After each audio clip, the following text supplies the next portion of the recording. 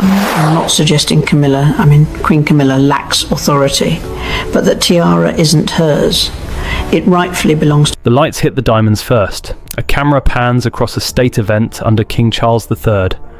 Queen Camilla turns her head, and 2,000 stones catch the flash at once. The room goes quiet for half a second. Phones lift. Somewhere in a control room, a producer leans toward the screen and says one word into a headset: hold. Because everyone watching knows what those diamonds used to mean, and everyone watching knows who used to wear them. Across the same room, Princess Anne stands near a doorway. The Princess Royal. No crown, no headline jewel. A brooch maybe, a look that says she is here to work, not to shine. She does not glance at Camilla, she does not need to.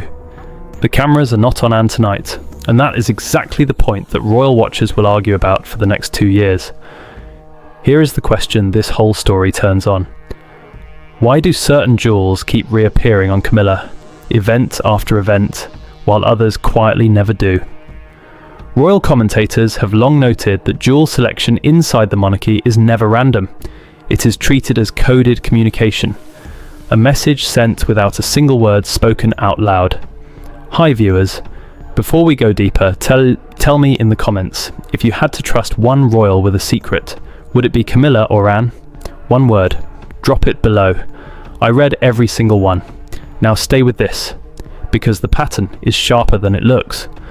In the months after the 2023 coronation, the public starts comparing. Camilla wears a piece tied to the late Queen Elizabeth II. The press calls it elegant. The palace calls it continuity. Then she wears another, and another. And the comparisons stop being about fashion and start being about something heavier. Is the monarchy honouring the late Queen, or borrowing her image to steady the present reign?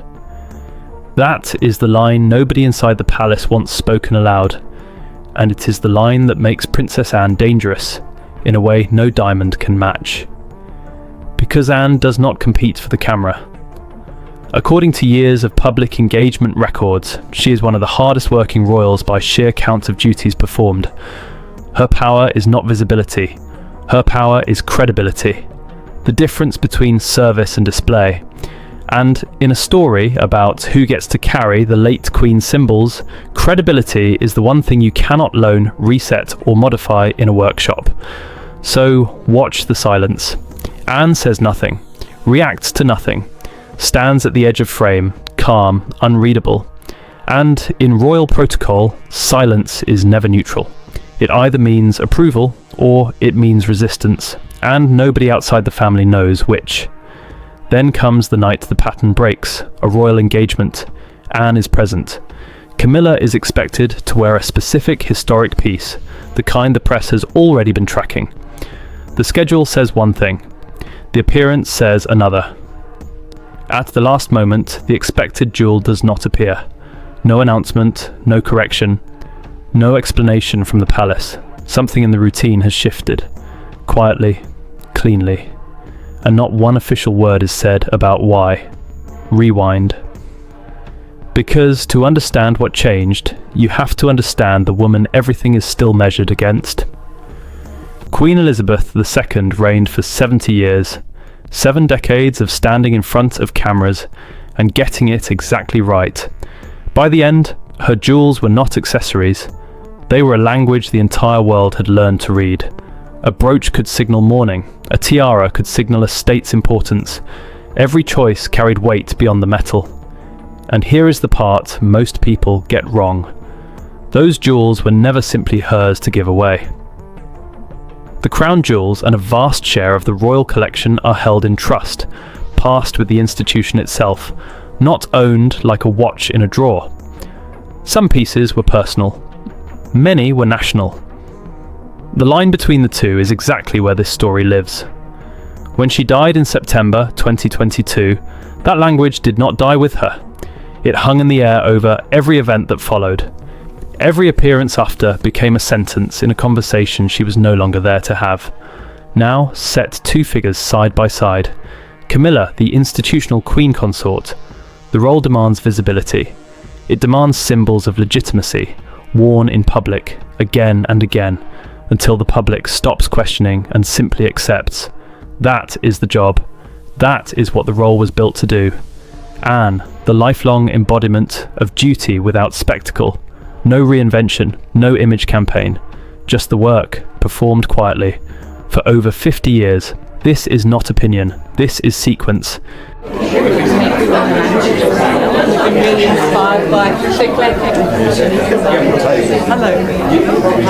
Every jewel worn in public after the coronation carries meaning beyond fashion, and the public reads it whether the palace likes it or not.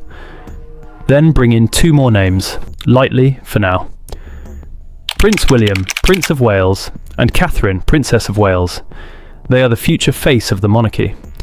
And Catherine, increasingly, is connected in the public mind to the memory of Princess Diana and to the quiet continuity of everything the late Queen represented. So watch what happens at one event when a symbolic jewel, a piece viewers instantly link to Queen Elizabeth II, appears not on Camilla, it appears on Catherine, and the royal watchers go still and start asking the question out loud. Why was that piece placed on her, and not on the Queen? Picture a cold morning. A small town, a community centre most people have never heard of. And there, on time, doing the work nobody filmed, is the Princess Royal. This is the version of Anne the cameras usually miss.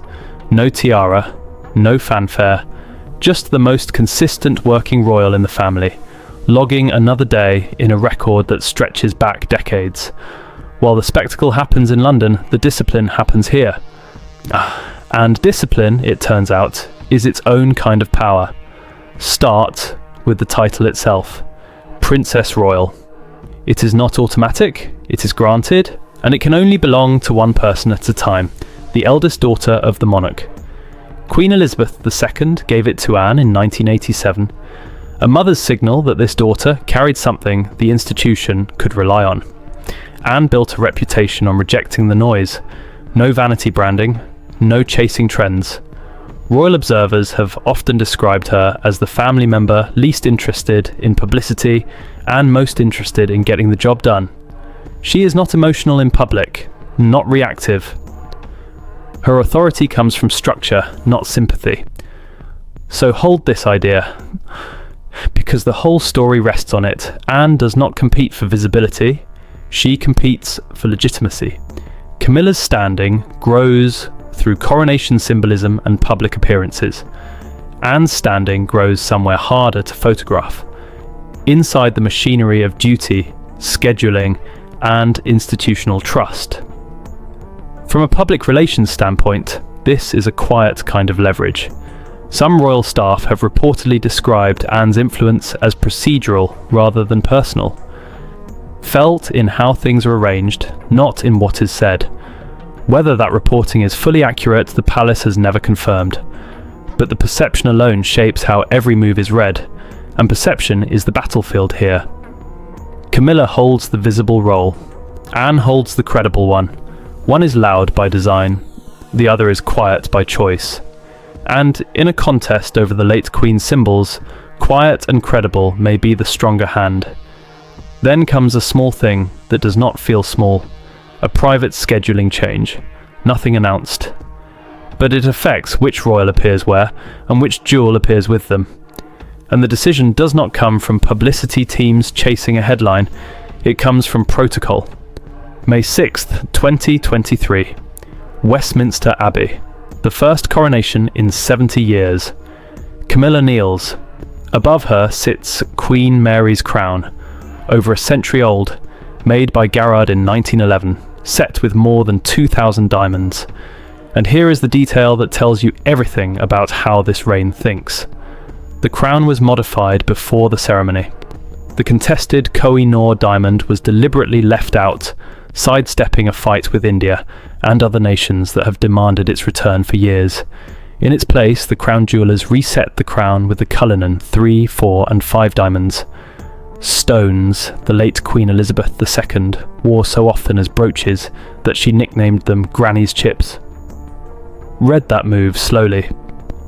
On the most watched day of her life, Camilla was crowned wearing Elizabeth's gems. A tribute, the palace said, a bridge to the woman before her. It was also the first time in recent history a consort reused an existing crown instead of commissioning a new one. The palace framed it as sustainability and efficiency.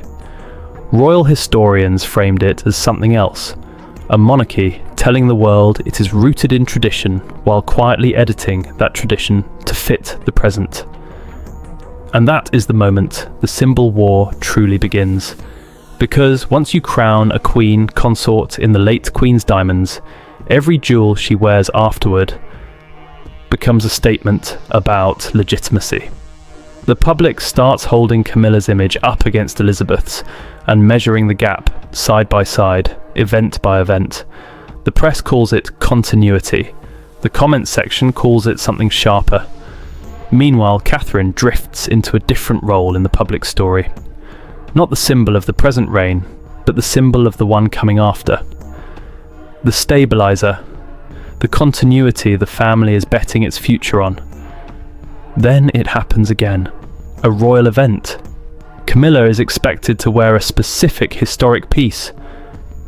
One the press has already been watching for, already written about, already linked to the late Queen. It does not appear. And this time, nobody even pretends to explain. Somewhere off the official calendar system, a conversation is happening. At least, that is what the royal watchers believe. Here is what can be said honestly. Royal commentators have long suggested that the real decisions inside the monarchy rarely happen at the photographed events. They happen in the spaces between them. The unlisted meetings, the quiet calls, the words exchanged where no camera reaches. What follows is interpretation, not confirmed fact. The palace has never described any such meeting. But the pattern in public is real, and the pattern is what people are reading. The interpretation circulating among royal observers goes like this. The concern Anne is said to represent is not about owning the jewels, it is about meaning, about symbolic overload. The same historic pieces appearing in public so often on the same figure that their meaning starts to thin out. A national symbol worn like a personal accessory stops feeling national. And once that happens, the late Queen's legacy gets diluted by repetition. Another 2 years against that.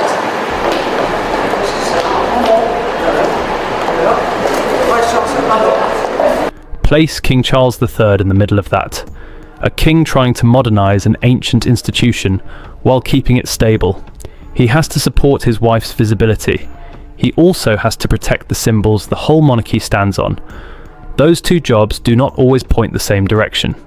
The monarchy could manage perception. What it could not manage was contradiction, and the contradiction was getting louder. Watch William move into the frame quietly. The Prince of Wales is not in this fight for jewels. He is watching something bigger. Public trust, and how much of it the family will have left when the crown reaches him. Every symbolic choice made now is a choice he inherits later. And then the pattern shifts one more time, and this shift touches Catherine. A historic piece, a continuity piece appears on the Princess of Wales at a public appearance. Not Camilla, not Anne, Catherine, the future, wearing the past.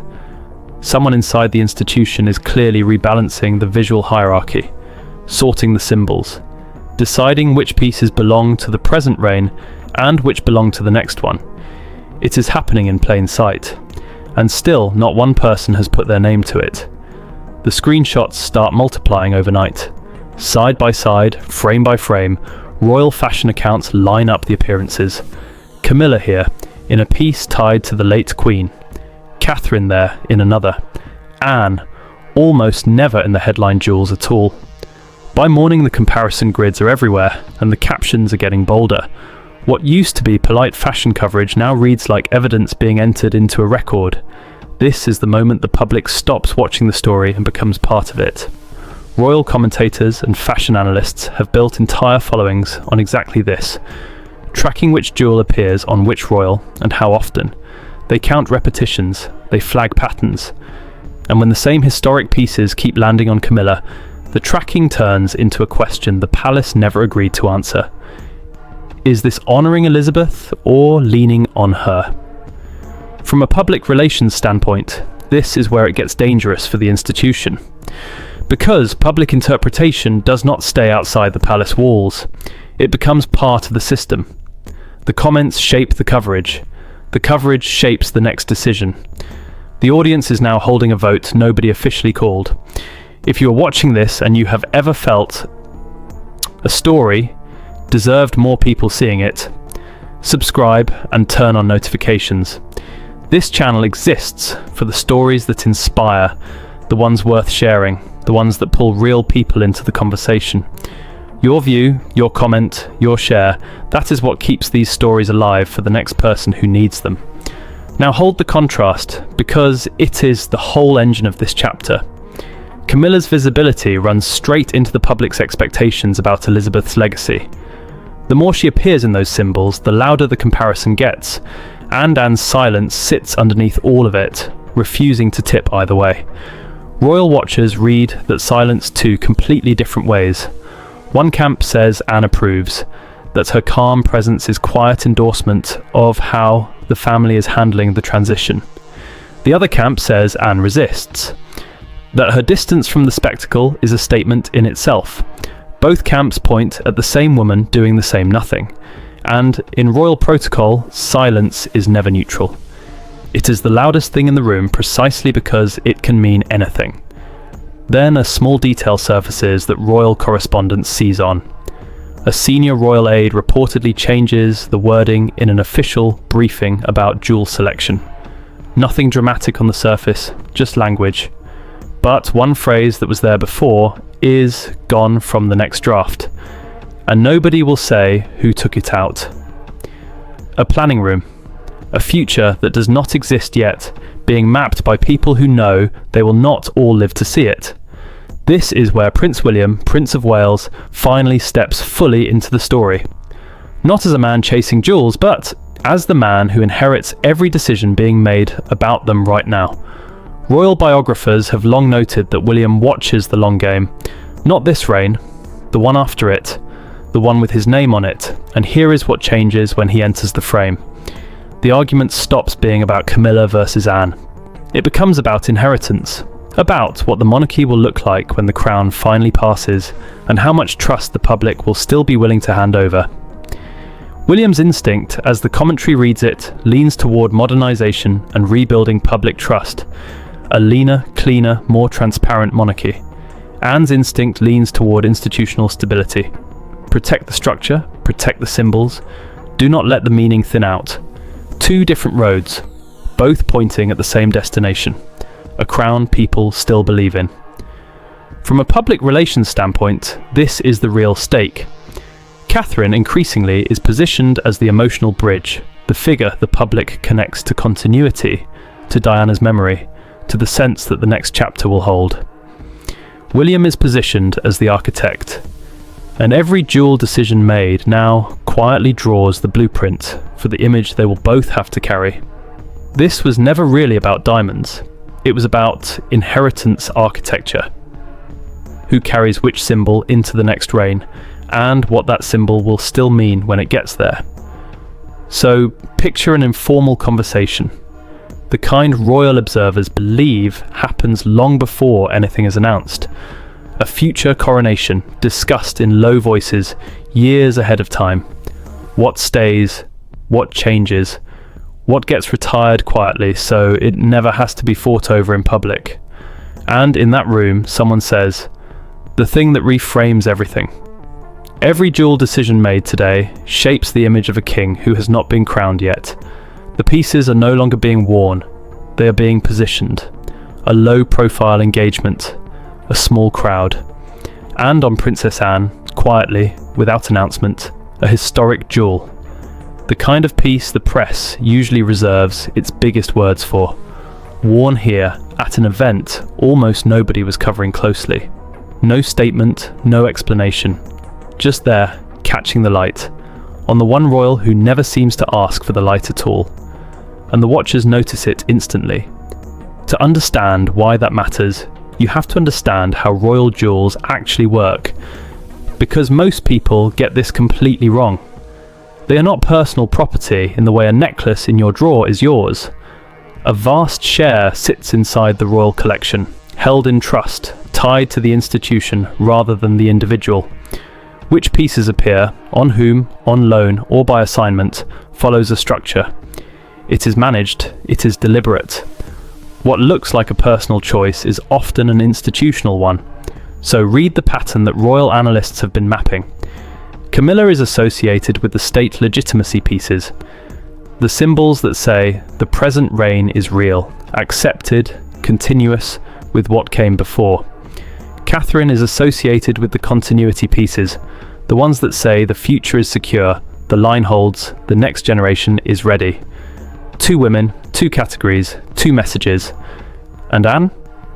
Anne's role, as the commentary frames it, is procedural correction. Not visibility, not continuity. Something quieter and harder to fight.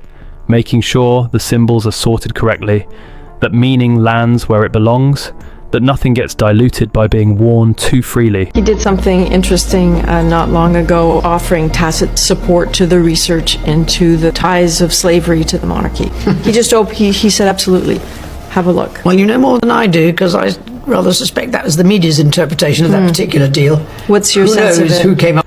What looks like fashion is actually hierarchy. The jewels are a chart of who stands where, written in diamonds instead of ink, which is exactly why that one quiet appearance lands so hard. Anne, the woman who never reaches for the spotlight, wearing a historic piece at an event built for almost no one to see. The viewers see it anyway. They always do. And the question writes itself across every comment section at once. Why that piece? Why her? Why now? The palace says nothing. And the nothing gets louder every single day. A planned public appearance is rearranged at the last moment. The schedule shifts. A jewel that was expected does not appear, or appears on someone else. Reporters ask. Correspondents push. And the answer that comes back is the same answer that has come back this whole story. Silence. Here is the strange power of that silence. I wouldn't have said so, no. Not really. Camilla's position is not actually in danger. Institutionally, she is queen. Her role is secure. Her legitimacy is formal. Her place in the reign is fixed. Nothing about that is genuinely threatened. But there is a difference between being secure and being settled. And in the public narrative, the one playing out in headlines and comment sections, her image is still being argued over, contested, event by event, by an audience that never stops comparing her to the woman before her. Anne, through all of it, does not move. Stable, unchallenged, unreadable. She does not defend herself because nothing has accused her. She does not explain because she has said nothing that needs explaining. Royal observers keep waiting for her to tip her hand, and she simply never does. And the palace's refusal to explain becomes the loudest statement of all. Every unanswered question gets filled by the public's imagination. Every silence becomes a screen people project their own theory onto. The institution that could manage almost anything cannot manage the one thing it keeps choosing not to do. Speak. If a story has ever made you sit with a question longer than you expected, that is the whole point of this channel.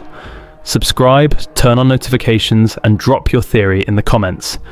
Someone reading after you is going to want to hear it, because the absence of an answer is doing more work than any answer ever could.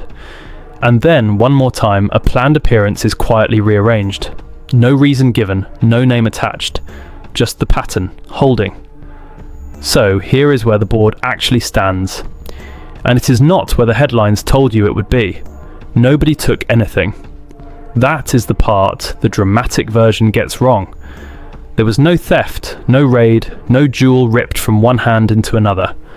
What happened, according to how royal observers read the whole sequence, was quieter and far more permanent. The system reallocated meaning, and meaning once moved does not move back. Line up the final positions. Camilla, the Queen, holds visible legitimacy, the official role, the state symbols, the crown reset, with Elizabeth's own diamonds. Her place is real and it is fixed.